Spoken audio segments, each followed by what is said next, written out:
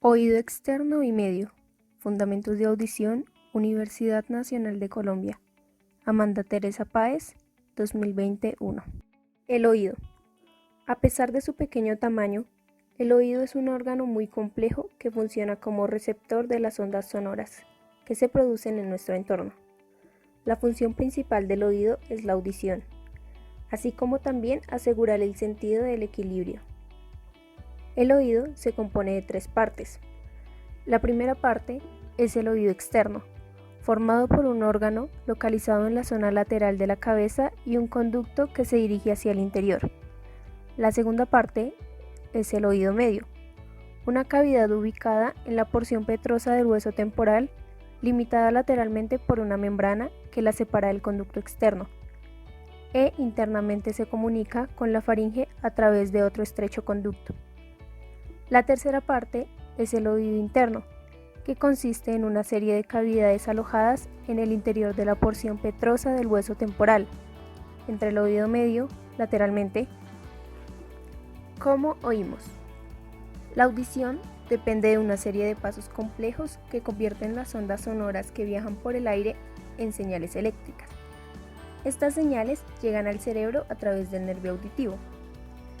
Inicialmente, las ondas sonoras entran al oído externo a través de un pasaje estrecho llamado conducto auditivo externo, que llega hasta el tímpano.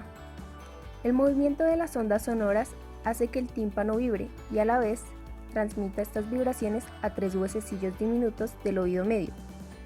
Estos huesecillos se llaman martillo, yunque y estribo. Los huesecillos del oído medio amplifican o aumentan las vibraciones de sonido y las envían a la cóclea en el oído interno. La cóclea tiene forma de caracol y está llena de líquido. Tiene una membrana elástica, la cual a lo largo de su estructura la divide en 2 secciones, superior e inferior. Esta membrana es conocida como membrana basilar, porque sirve de base para estructuras clave del sistema auditivo.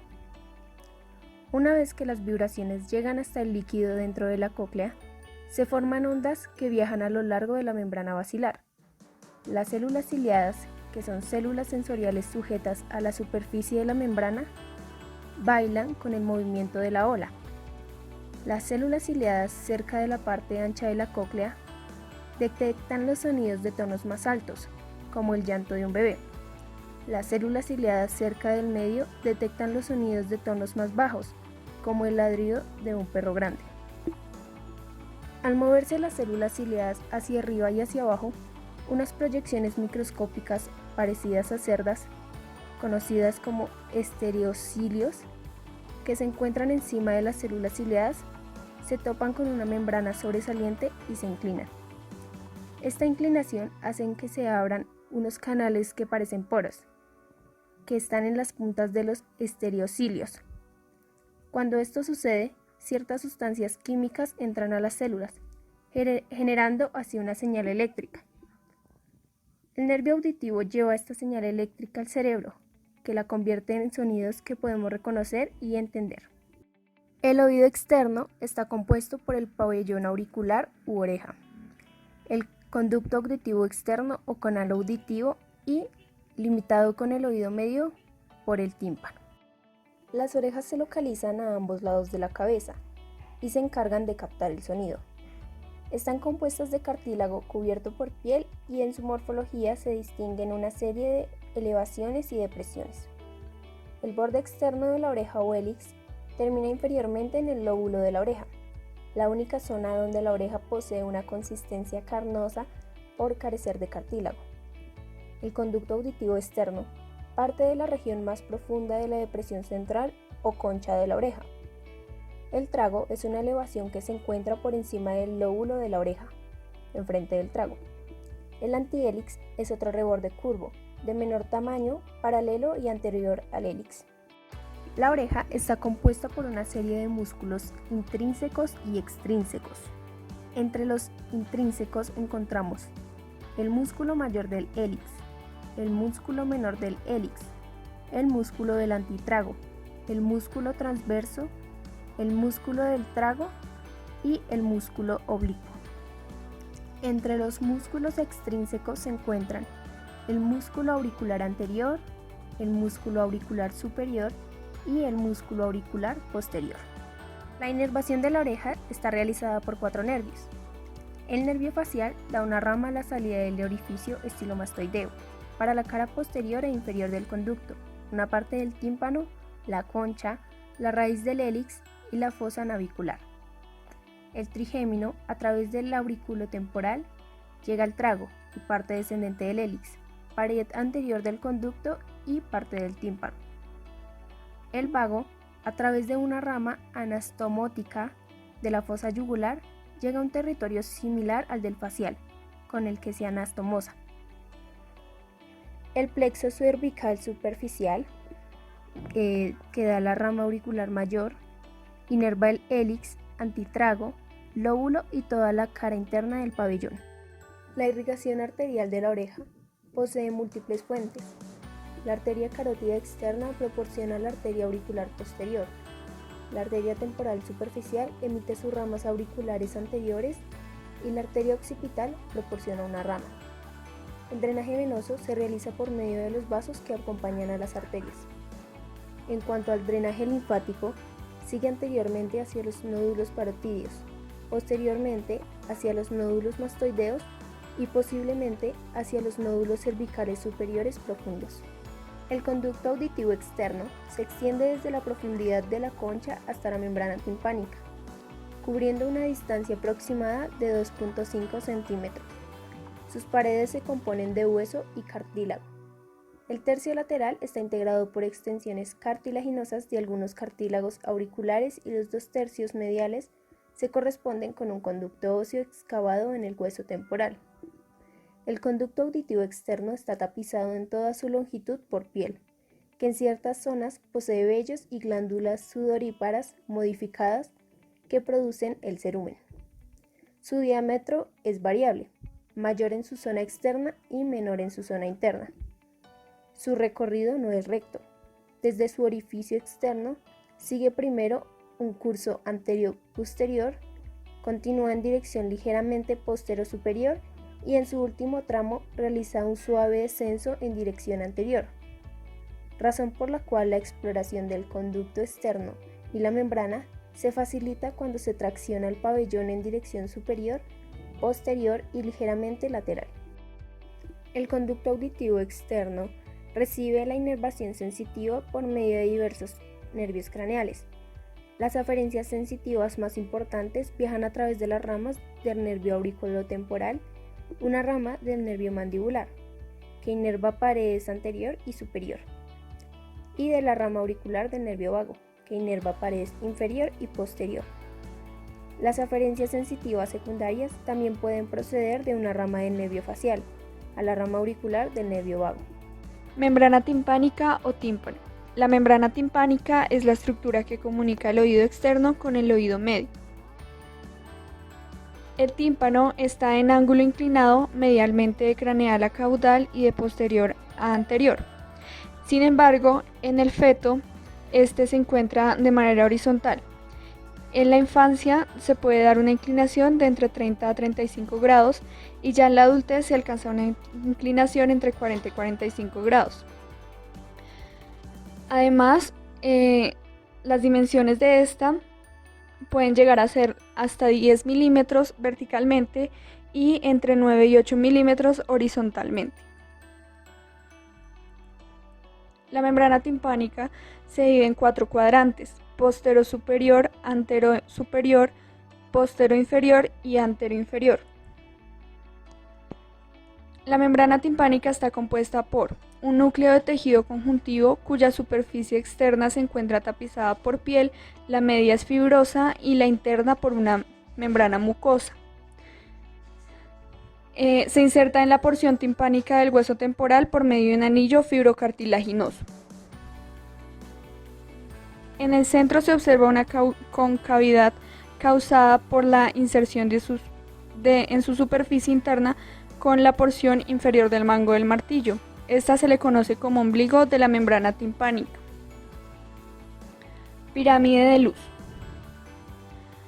Es una característica que posee la membrana Esta pirámide de luz es observable en la exploración otoscópica, como un reflejo de luz anteroinferior al ombligo, como lo podemos observar en la imagen.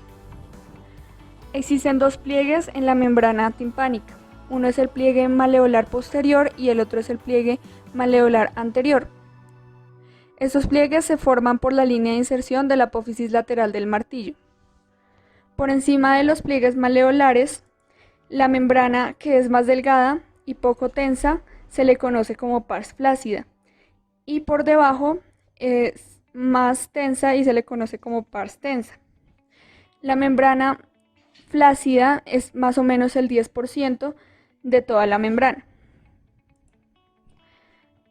La inervación de la membrana timpánica está dada por varios nervios craneales. La inervación sensitiva de la piel de la superficie externa depende principalmente del nervio trigémino y en menor proporción del nervio facial y del vago. La inervación sensitiva de la membrana mucosa depende en su totalidad del nervio glosofaríngeo. La principal función de la membrana timpánica es la conducción de las ondas que llegan desde el oído externo y las conduce al oído medio por medio de la cadena osicular.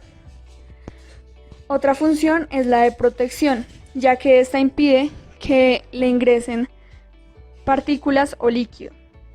Además, otra función es, junto con la trompa de Eustaquio, el de regular las presiones. El oído medio es una cavidad del hueso temporal ocupada por aire y tapizado por una membrana mucosa. Se encuentra limitado entre la membrana timpánica lateralmente y la pared lateral del oído interno medialmente. El oído medio consta de dos partes: la cavidad timpánica, inmediatamente contigua a la membrana timpánica, y el receso timpánico, superiormente. El oído medio se comunica posteriormente con la región mastoidea y anteriormente con la nasofaringe por medio de la trompa faringotimpánica.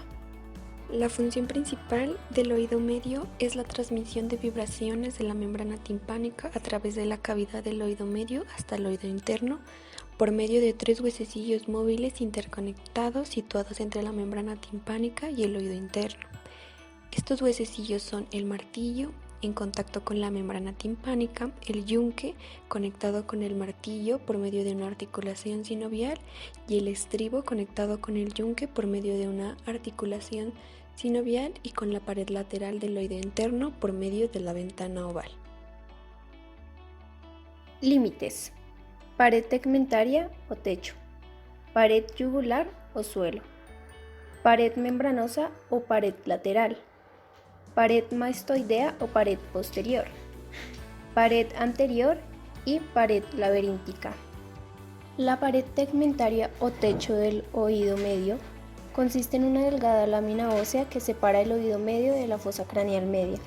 Esta capa de hueso es el techo del tímpano, situado entre la superficie anterior de la porción petrosa del hueso temporal. La pared yugular o suelo del oído medio es otra delgada capa de hueso que separa el oído medio de la vena yugular interna.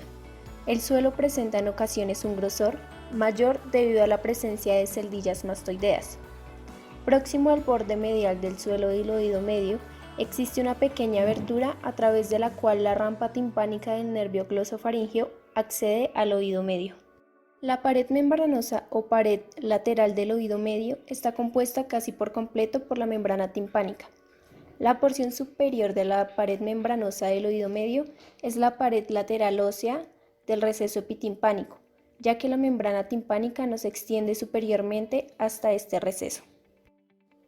La pared mastoidea o pared posterior del oído medio no es una pared totalmente completa.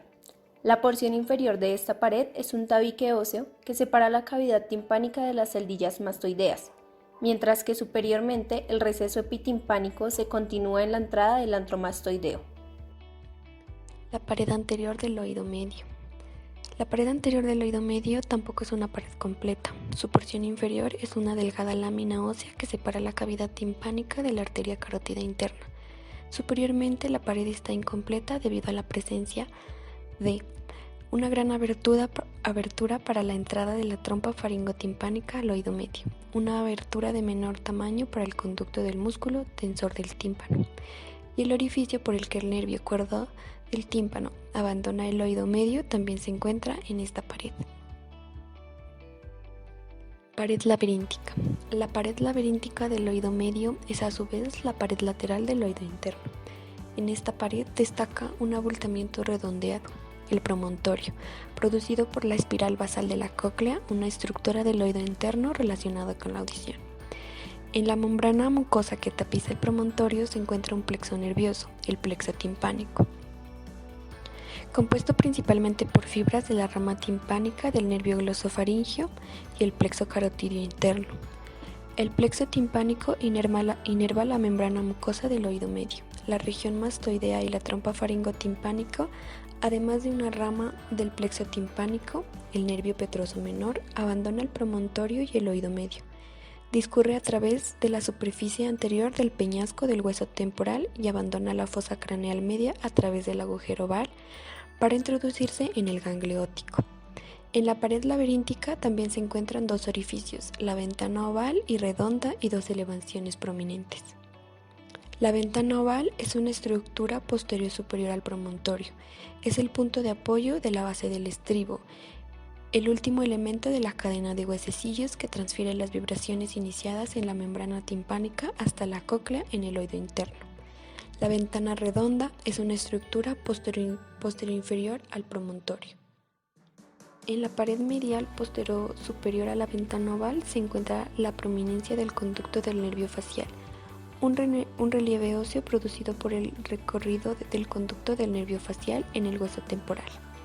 Por encima y posterior a la prominencia del conducto del nervio facial se observa un relieve óseo de mayor tamaño, la prominencia del conducto semicircular lateral producido por el conducto semicircular lateral, una estructura encargada de la detección del movimiento. Región mastoidea. Posterior al receso epitimpánico del oído medio se encuentra la entrada al antro mastoideo. Este es una cavidad que se continúa con las celdillas mastoideas que están repartidas por toda la región mastoidea del hueso temporal, incluida la apófisis mastoides. El techo del tímpano es lo que separa el antro mastoideo de la fosa craneal media que se encuentra superior a este. La membrana mucosa que reviste las celdillas mastoideas es la misma membrana que tapiza el resto del oído medio. Así, las infecciones del oído medio pueden extenderse fácilmente a la región mastoidea. La trompa faringotimpánica comunica el oído medio con la nasofaringe. Su función es igualar la presión del oído medio con la atmosférica, facilitando así el movimiento libre de la membrana timpánica. Al permitir la entrada y salida de aire en la cavidad, se equilibran las presiones a ambos lados de la membrana. La trompa faringotimpánica se compone de una porción ósea, que es el tercio posterior o más cercano al oído medio, y una porción cartilaginosa, que son los 2 tercios restantes. Vasos de la trompa faringotimpánica. Las arterias de la trompa faringotimpánica proceden de la arteria faringe ascendente, que es rama de la arteria carótida externa, y la arteria maxilar, que emite 2 ramas, la arteria meningea media y la arteria del conducto pterigoideo. Las venas de la trompa auditiva drenan en el plexo venoso pterigoideo de la fosa infratemporal. La inervación de la membrana mucosa que tapiza la trompa faringotimpánica depende principalmente del plexo timpánico. La principal contribución a este plexo lo realiza el nervio timpánico, que es un ramo del nervio glosofaringeo. Los huesecillos del oído medio son el martillo, el yunque y el estribo. Forman una cadena ósea que atraviesa el oído medio desde la membrana timpánica hasta la ventana oval del oído interno. Martillo es el huesecillo de mayor tamaño y se encuentra unido a la membrana timpánica. Anatomía. Cabeza. Ubicada en el receso epitimpánico, se articula con el yunque. Cuello. Soporta a la cabeza y se complementa con el resto del hueso. Apófisis anterior. Está unida a la pared anterior del oído medio a través de un ligamento. Apófisis lateral. se une a los pliegues maleolares anterior y posterior de la membrana timpánica. El manubrio, prolongación inferior que surge por debajo de las apófisis anterior y lateral y está unido a la membrana timpánica. El yunque es el segundo hueso de la cadena de huesecillos. En cuanto a su anatomía, tenemos el cuerpo, que es un cuerpo voluminoso, que se articula con la cabeza del martillo y se localiza en el receso epitimpánico. La rama larga, que se extiende hacia abajo a partir del cuerpo, paralela al mango del martillo, y termina dirigiéndose medialmente para articularse con el estribo. Y finalmente la rama corta, que se ubica posteriormente y se une mediante un ligamento a la zona superior de la pared posterior del oído medio. El estribo es el componente más medial de la cadena de huesecillos. Se encuentra apoyado sobre la ventana oval. Anatomía. Cabeza. Esta se dirige lateralmente y se articula con la rama larga del yunque. Las ramas anteriores que se separan entre sí y se unen a la base oval, y la base del estribo que se apoya sobre la ventana oval de la pared laberíntica del oído medio. Músculos asociados a los huesecillos. Los músculos que se asocian con los huesecillos del oído medio son el músculo tensor del tímpano y el músculo estapedio. El músculo tensor del tímpano tiene su origen en la porción cartilaginosa de la trompa faringotimpánica, en el ala mayor del esfenoides y en su propio conducto óseo. Se inserta en la porción superior del mango del martillo. Está inervado por la rama del nervio mandibular, B3, y su función es la de contracción y tracción del manubrio del martillo de manera medial. El músculo del estapedio tiene su origen en el interior de la eminencia piramidal, se inserta en el cuello del estribo y está inervado por la rama del nervio facial. Su función es la de la contracción. Irrigación. La irrigación arterial de las estructuras del oído medio poseen numerosas fuentes. La arteria maxilar, que irriga la membrana timpánica, la arteria auricular u occipital, que llegan a la rama mastoidea, la arteria meningea media, arteria faríngea ascendente, arteria del conducto pterigoideo y ramas timpánicas de la carótida interna proporcionan ramas más pequeñas. En cuanto al drenaje, se realiza a través del plexo venoso pterigoideo y del seno petroso superior. Y en cuanto a la inervación, tenemos que está realizada por el plexo timpánico, que está formado por el nervio timpánico, que es rama del nervio glosofaringeo, y ramas del plexo carotídeo interno. Es una membrana mucosa que reviste paredes y estructuras del oído medio, trompa faringotimpánica y la región mastoidea.